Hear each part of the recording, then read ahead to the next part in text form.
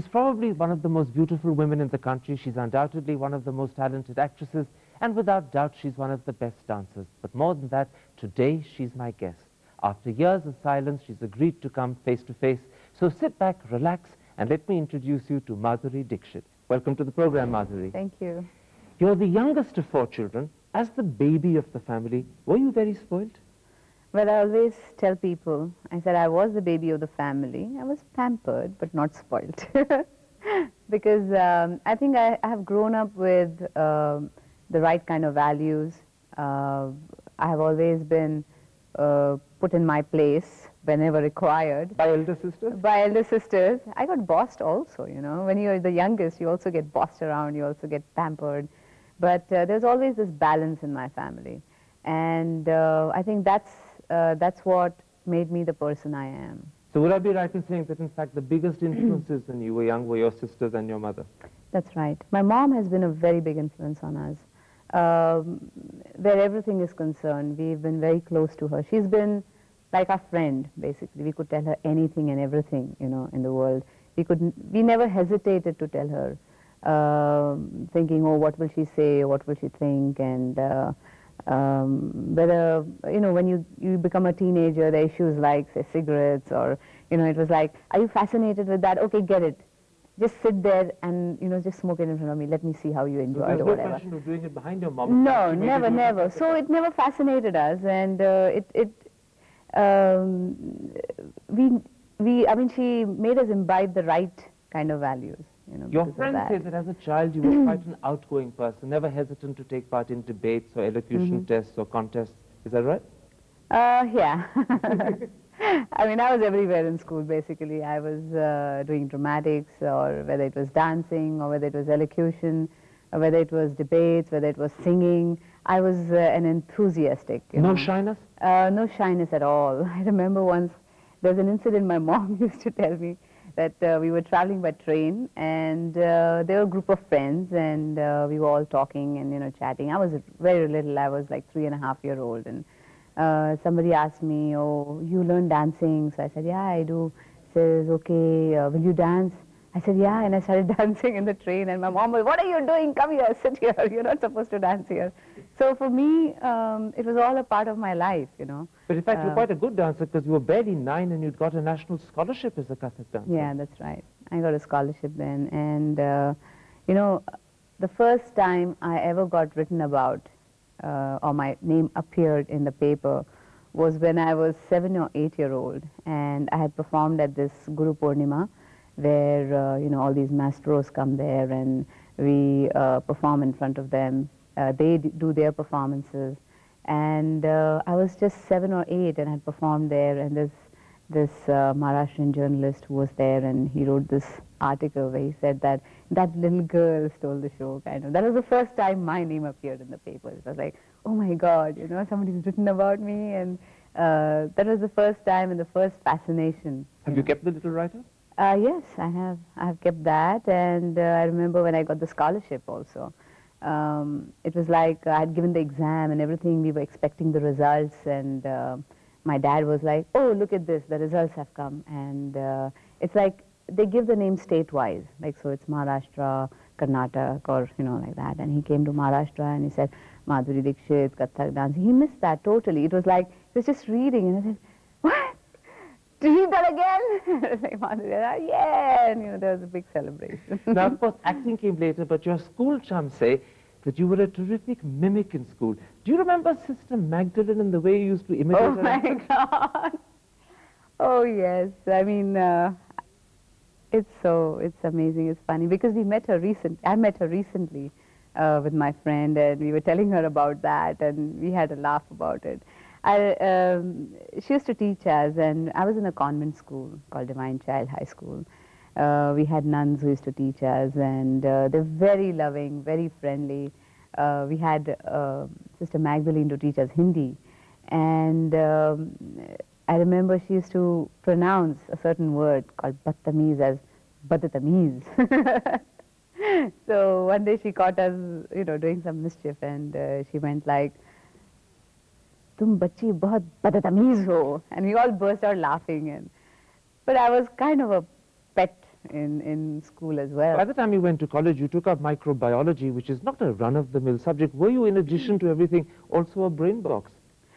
Well, not exactly a brain box, but for me, whatever I do, I have to give it my best shot, whether it's studies or whether it's something, learning something new. You're a perfectionist? Yeah, I'm a perfectionist of sorts. So were you, in a sense, disappointed when you found that acting had happened so quickly and so suddenly that you weren't able to finish your studies? You never really graduated? Yeah, I couldn't finish microbiology because at that point in my life, I had a very tough choice. My whole family is very academically inclined. My sisters, my brother, they're all professionals, and this was something that was totally alien to us. Nobody in my family is from films.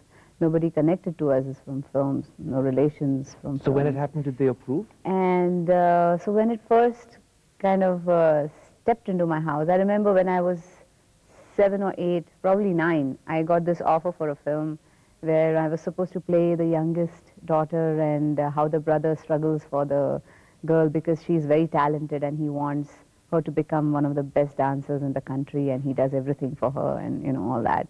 And my mom had put her foot down and she said, no films. And the second time when the opportunity came, it was like, should we or should we not? Because I was a science student. I wanted to do microbiology. At some point, I wanted to do research in genetics, you know, and so that was all in my mind. You had a full career worked out and it had nothing to do with films? It had nothing to do with films, remotely. A friend of your sister's encouraged your parents to get you to audition for the Rajshri production? That's right. He used to work with the Rajshris, and later on he directed a film for them. His name was Mr. Govind Munish.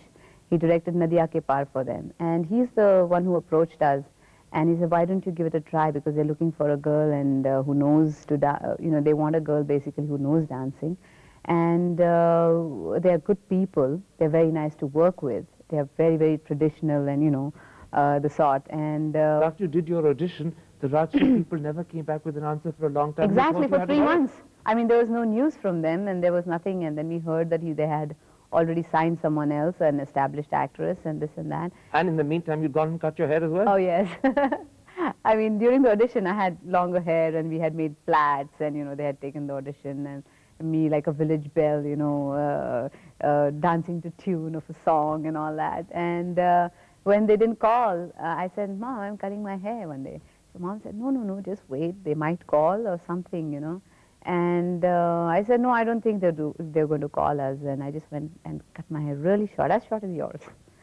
And the very next day, after I did that, I got a call from the Rajshri saying that Mr. Rajbabu wants to meet you. What did he do when he saw you? Oh, he freaked out. He was like, what have you done? And I was like, what did I do? He said, where's your hair? You cut your hair. I said, yeah, I cut my hair. But, you know, you didn't call for so many months, so I didn't think, you know. So the movie that happened, or both happened with a wig? Yes, the whole film happened with a wig. Was it fun? Which I'm not very happy about, but then, you know, we had no alternative. We had to use the wig. So was that first film fun? Yeah, it was fun. It was great fun, and that is what created this, you know, dilemma for me, that what do I want to do now? There was this little 2 years of uncertainty and everything where I didn't know whether it was going to happen. I didn't know whether I was going to be famous or popular, or I was just like my nose to the grindstone, and I said, no, you know, I have to make it and I have to do it. But in fact, you made it in a big way with not Abodh, your first film, but That's the right. Ek Do Teen Number Intezab. At the time, did you have any inkling that this was going to do it for you? In fact, I think when we heard the song, we were like, what kind of a song is this? Ek, do, teen, char, panch, chhe, saat, aat and all that. It's just, you know, ginti hai isme, aur kya hai, you know. And when we started shooting the song, when I rehearsed for the song, we saw the steps and, you know, the whole crowd. And I think it was the first time on Hindi screen that a song was shot on that level, with the crowd participating and throwing their shirts up and, you know, really enjoying themselves with this lovely dance number choreographed by Saroj Khan. And it just worked. The whole thing just worked. And yet you were suspicious of the song when you first heard it. Yeah, and I was like, what song is that? And after it finished, I bet you couldn't stop whistling it. Oh yeah, it was great fun. It was it was fun shooting the song as well. It started an amazing, probably unbeatable career, but many people say the high point was Hum Aapke Hain Kaun. Would you accept that? I think the high point was Hum Aapke Hain Kaun, because that is the film which broke all records. It was one of the biggest hits of this century, you could say. Is it in a sense also a favorite for you? It is, because the character comes very close to the kind of person I am. Madhuri is Nisha. Yeah, in a lot of ways, like a little mischievous, but intelligent. And Homely?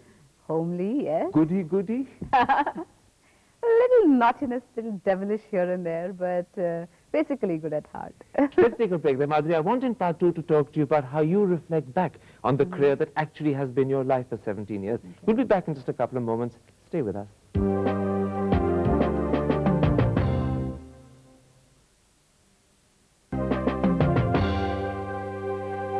Welcome back. My guest is Madhuri Dixit. After Hum Aapke Hain Kaun, Madhuri, they said that Madhuri Dixit is the middle-class ideal of womanhood. Everyone's favorite daughter or favorite daughter-in-law. Did you like that, or did that also sometimes make you cringe? Well, it's both. It sometimes makes me feel like, oh. But it's true in a way, because I've been brought up with a very traditional value system. I've been brought up as a part of a unit, as part of a family. And when I did Hum Aapke Hain Kaun, I totally identified with it, because we have lived in a joint family at one point. And, you know, the whole thing was so enchanting to me, so real, that I really enjoyed myself. And somewhere, that's why I say there are a lot of similarities between me and Nisha. But what about the movies that you made before Hum Aapke Hain Kaun? For instance, you were the Ek Do Teen girl, the Thak Thak number. Did you like that as well? Well, the thing is that you are given a role, and you play a role in a film.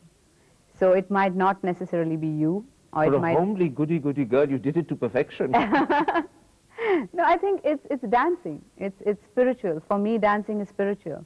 So whenever I dance, it's from within, from my soul, because I have learned classical dancing. You know, I'm a Kathak dancer, and I know that dancing is not just physical. It's not just something that you do with your body and your hands, or it's your inner self. You you express yourself through your dancing. I get the feeling, even though you've been acting for 17 years, the audience really hasn't seen the true, full Madhuri actress. Is that right?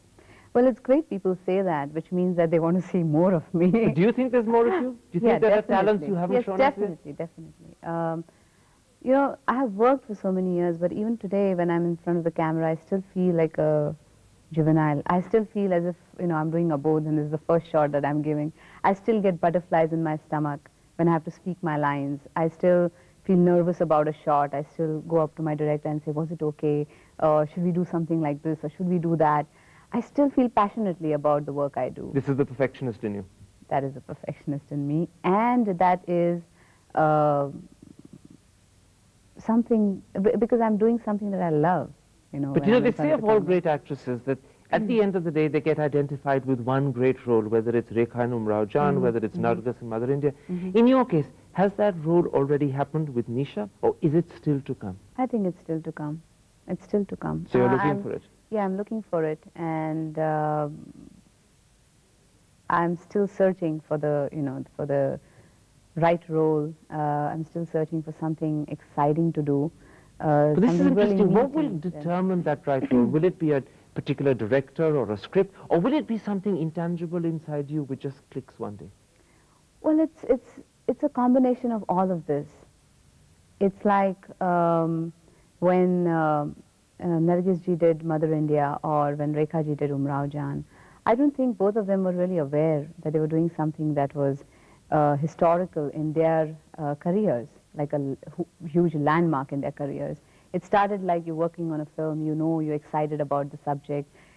Everything just falls, you know, just right. You're also saying that you won't know you've done your greatest role until you've done it, and until it's happened on the screen. Yeah, you won't know that. So there's an element of luck, isn't there? That's right. Element of something intangible. I don't know whether it's luck or what, but it's something, that's the magic of, you know, Let's talk cinema. a little about the sort of life you've lived as an actress. To most of us on the outside, it looks like a, how shall I put it, a rat race in a goldfish bowl. Is that what it feels like too? No, not really. I have never been part of the, you know, rat race, as you call it, or rather, I don't look at it like a rat race. I look at it more in a creative way. I do films that I like to do. I work with people I like to work with. You know, listen to stories. I select my scripts, and I just do the films. And yet, I don't think as if, you know, okay, I'm doing this film, who's doing what, and, you know, all that. You're not competitive? I'm not. I'm in a way a little laid back because I'm happy with what I'm doing, because I'm doing things I want to do. so when you get nominated for a Filmfare Award, and on the rare occasion that you don't win it, does it hurt? Most of the time you do win it, but on that rare occasion. Well, it doesn't hurt because I think even being nominated as one of the best 4 performances or whatever is a big achievement in That itself. sounds like a diplomatic answer. Not really. No, not diplomatic. When you said it doesn't That's how I hurt, believe it hurts though. Well, realistically, to me, not really. They say in the magazines that Madhuri Dixit is an introvert. Listening to you talk, is that really the case, or is that in fact a very clever self-defense mechanism? No, it's a very funny thing because when I was in school, even then, I was an extrovert on stage. I was when I'm dancing, I'm totally an extrovert. When I'm acting, I'm an extrovert.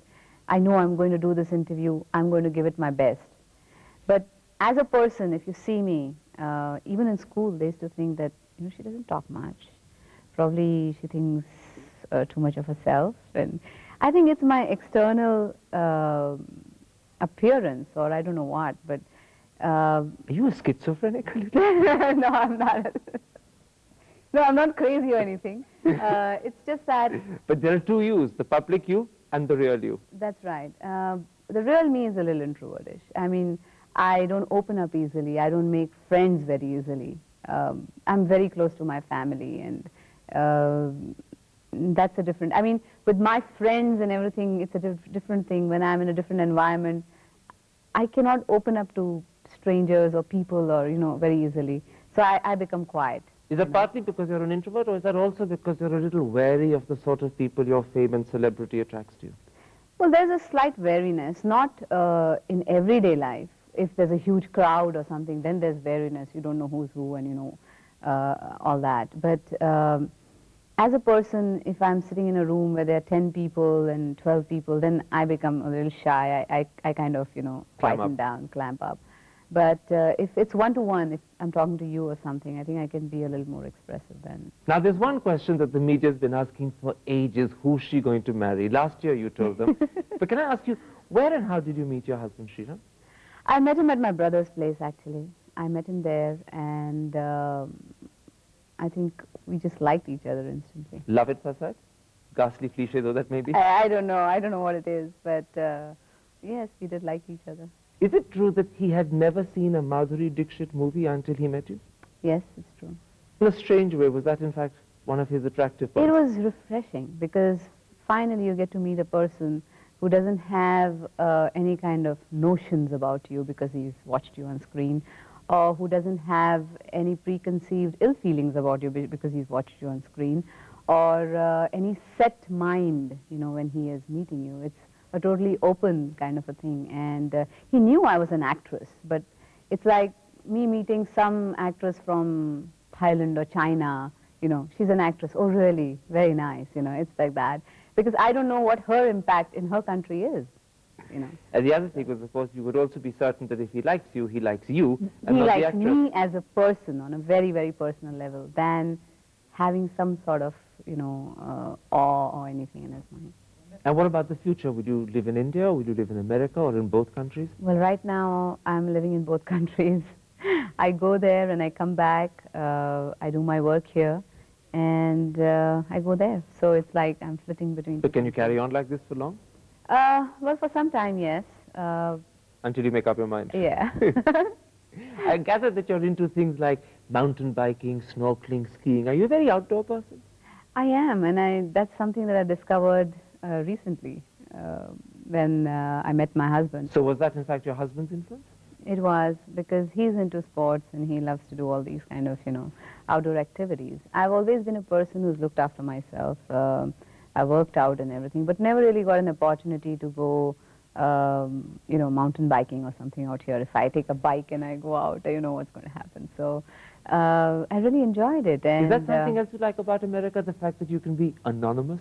Yeah, to a large extent, because I've been going there since the past few years, and I see the Indians just growing there, At first I could walk into a mall and go totally unnoticed and really be myself out there. Now I find at least a few people walking up to me. Is that nice, or is that, oh God, not here as well? No, it's pleasant, because they just want an autograph and they just leave you alone after that. But yeah, the anonymity is a big factor, because you can do whatever you want to out there. And so I've tried all kinds of sports, with my husband. Well, skiing and all is totally new to me, so I'm still a toddler, not very good on my feet still. But it's great fun. And what about cooking? That's something you're going to have to do a lot of in America. Do you enjoy it? I have never cooked to save my life. Not even a burnt toast? No. But I discovered that if I put my mind to it, I can do quite a good job of it. It's like I enjoy it. I literally enjoy cooking. When you say you enjoy it and you can do a good job of it, does he think so too? Well, he says so, and I hope he means it. I always say this comes with a warranty. After a few years, you might complain that, I don't like this or I don't like that, that has less salt or whatever. But he himself cooks very well, so it's like he will always tell me, oh, this was needed or that or whatever. And but cooking is enjoyable. It's really enjoyable. Now, you often say in your interviews that I want to spend more time with my nephews and nieces. Are you fond of children? I love children. I love them. And that's why when my nephews and nieces were growing up, I made it a point that I should go there every year, and they should know me as their aunt or whatever, than just something they watch on television, So when will you have your own children? Oh, I knew this was coming. I think that's a very, very private thing, and I will decide when the time comes. Shah Rukh says that his dream is that you should have a daughter who can marry his son. Do you share that dream, or is it in a sense a small nightmare for you? Oh, he is so cute. That little kid is so cute, Shah Rukh's son. I can't tell you, but I think Shah Rukh says he wants him to grow up to be a rogue of sorts. And I don't really agree with that. So you're happy to have Aryan as a son-in-law, but not Shah Rukh as a son-in-law. Yeah, exactly. Madhuri, thank you for a wonderful interview. Thank you very much indeed. indeed. Thanks a lot. I enjoyed myself.